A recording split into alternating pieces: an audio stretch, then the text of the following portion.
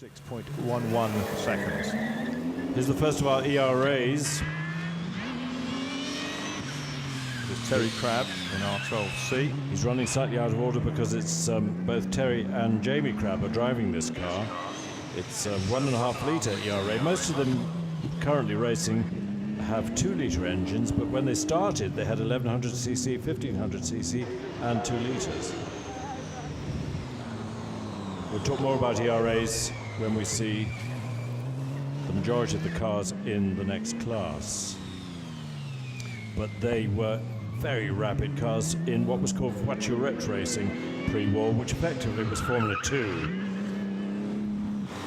Terry's giving it plenty. He's up from Dorchester.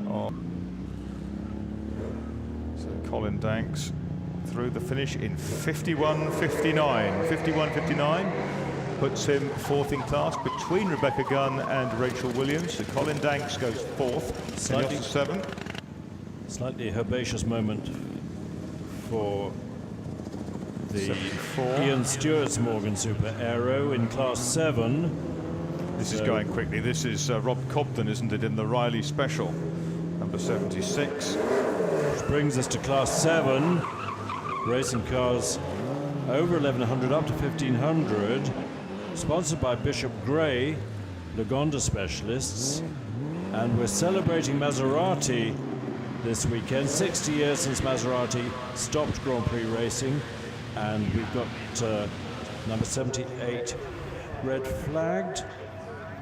That is Tom Hardman in the 6CM. We're not sure. Powerful car.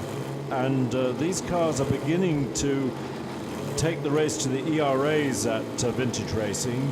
Particularly when we've got Callum Lockie aboard the ex-RAF car that we're going to see later with Sean Danaher, its owner, driving. Rob Cobden, incidentally, with the number 76 Riley Special, the Falcon Special, he has done a 46.90. He leads. Terry Crabb in the ERA R12C, 47.28 is second. And third, Ian Stewart with Morgan Super Aero, had that grassy moment with a 50.86 seconds. Metallurgy in Italy pre-war wasn't very good. These Maseratis were made of pretty third-rate steels and aluminiums, and so when they were racing in the 40s they always broke down, but now they've been rebuilt with proper stuff. They're much more reliable and they're always very quick. They're now made in unobtainium, aren't they? Unobtainium, reassuringly expensive. Yes. So a couple of lovely 6CMs. It'll be interesting to see what times they set up. Yes, Tom Hardman also driving the MG Bellevue Special this week. And this is Sean Danaher in the silver Maserati, the car raced by RAF in period. Rafael Bertano de las Casas, the Comte de Montbressieux. Do you practice pronouncing that, Marcus? No, I just remember it from when I was doing some HGPCA work. They're followed by the single-seater, the Monoposto Fraser Nash. Here it is. Fraser Nash built 3 of these single-seater racing cars sometimes for Grand Prix racing. Sean Danaher has gone 3rd, by the way, ladies and gentlemen, 49.81 seconds. Fraser Nash's works driver, Fane, drove one of these in the, I think, 1935 German Grand Prix. AFP Fane. Yes, he was Eastern European, I think. And he's followed by Hannah Entenap in the effectively a 4-wheeler Morgan, mixture of Morgan GN parts, called Salome. She's taken off her 7 veils. The primary school teacher, she wears 7 veils.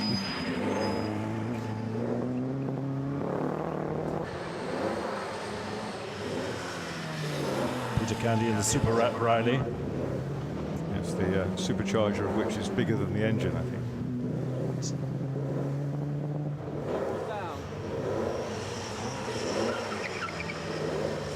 This will be a quick run as well.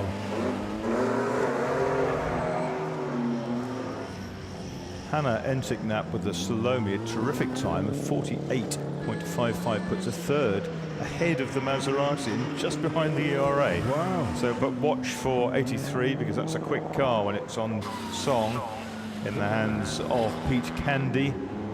Here's the Richard Boaster Special. Richard, brother of John Boaster, famous Autosport writer and commentator. Remember him with his deerstalker hat. And Richard and John made lots of specials pre-war. Tragically, Richard was killed in the war. Mixture of Riley parts. Pete Candy, 48.66. He's not as quick as Hannah Entick now. What did Hannah do? 48.55, so 11 hundredths quicker than Pete Candy. She stays third. Pete Candy fourth. Sean Danaher fifth. Paul Baker with the Richard Bolster Special, 50.81. He is in sixth place ahead of Ian Stewart from Morgan. But this is Ben Fiddler in 86 AJM1, the Tony Merrick built ERA. Built a proper ERA parts. Yep. Built to replace the car in which, of course, Marcel Lehoux lost his life in the 30s. Seven. Terry Crabb currently third on 47.28. This is Jamie. He's away. Rapidly down to turn one.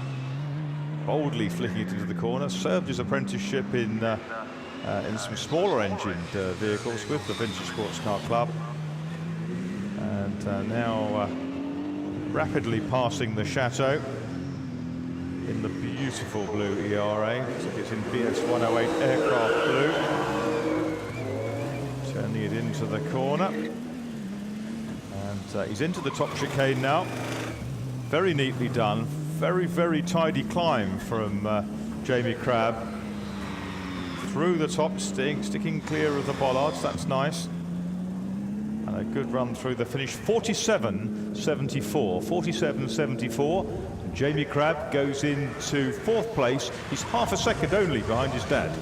Here's the Bellevue Special, the car that Chris was telling you about a few minutes ago. Tom Hardman driving it, twin rear wheels, raced post-war at Goodwood by Basil de Matos. And the Bellevue Garages team run for the brother and sister pairing.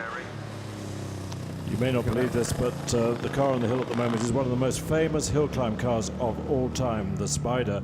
Basil Davenport's wonderful Spider that looks scruffy, and he looked scruffy, but my goodness, he was quick.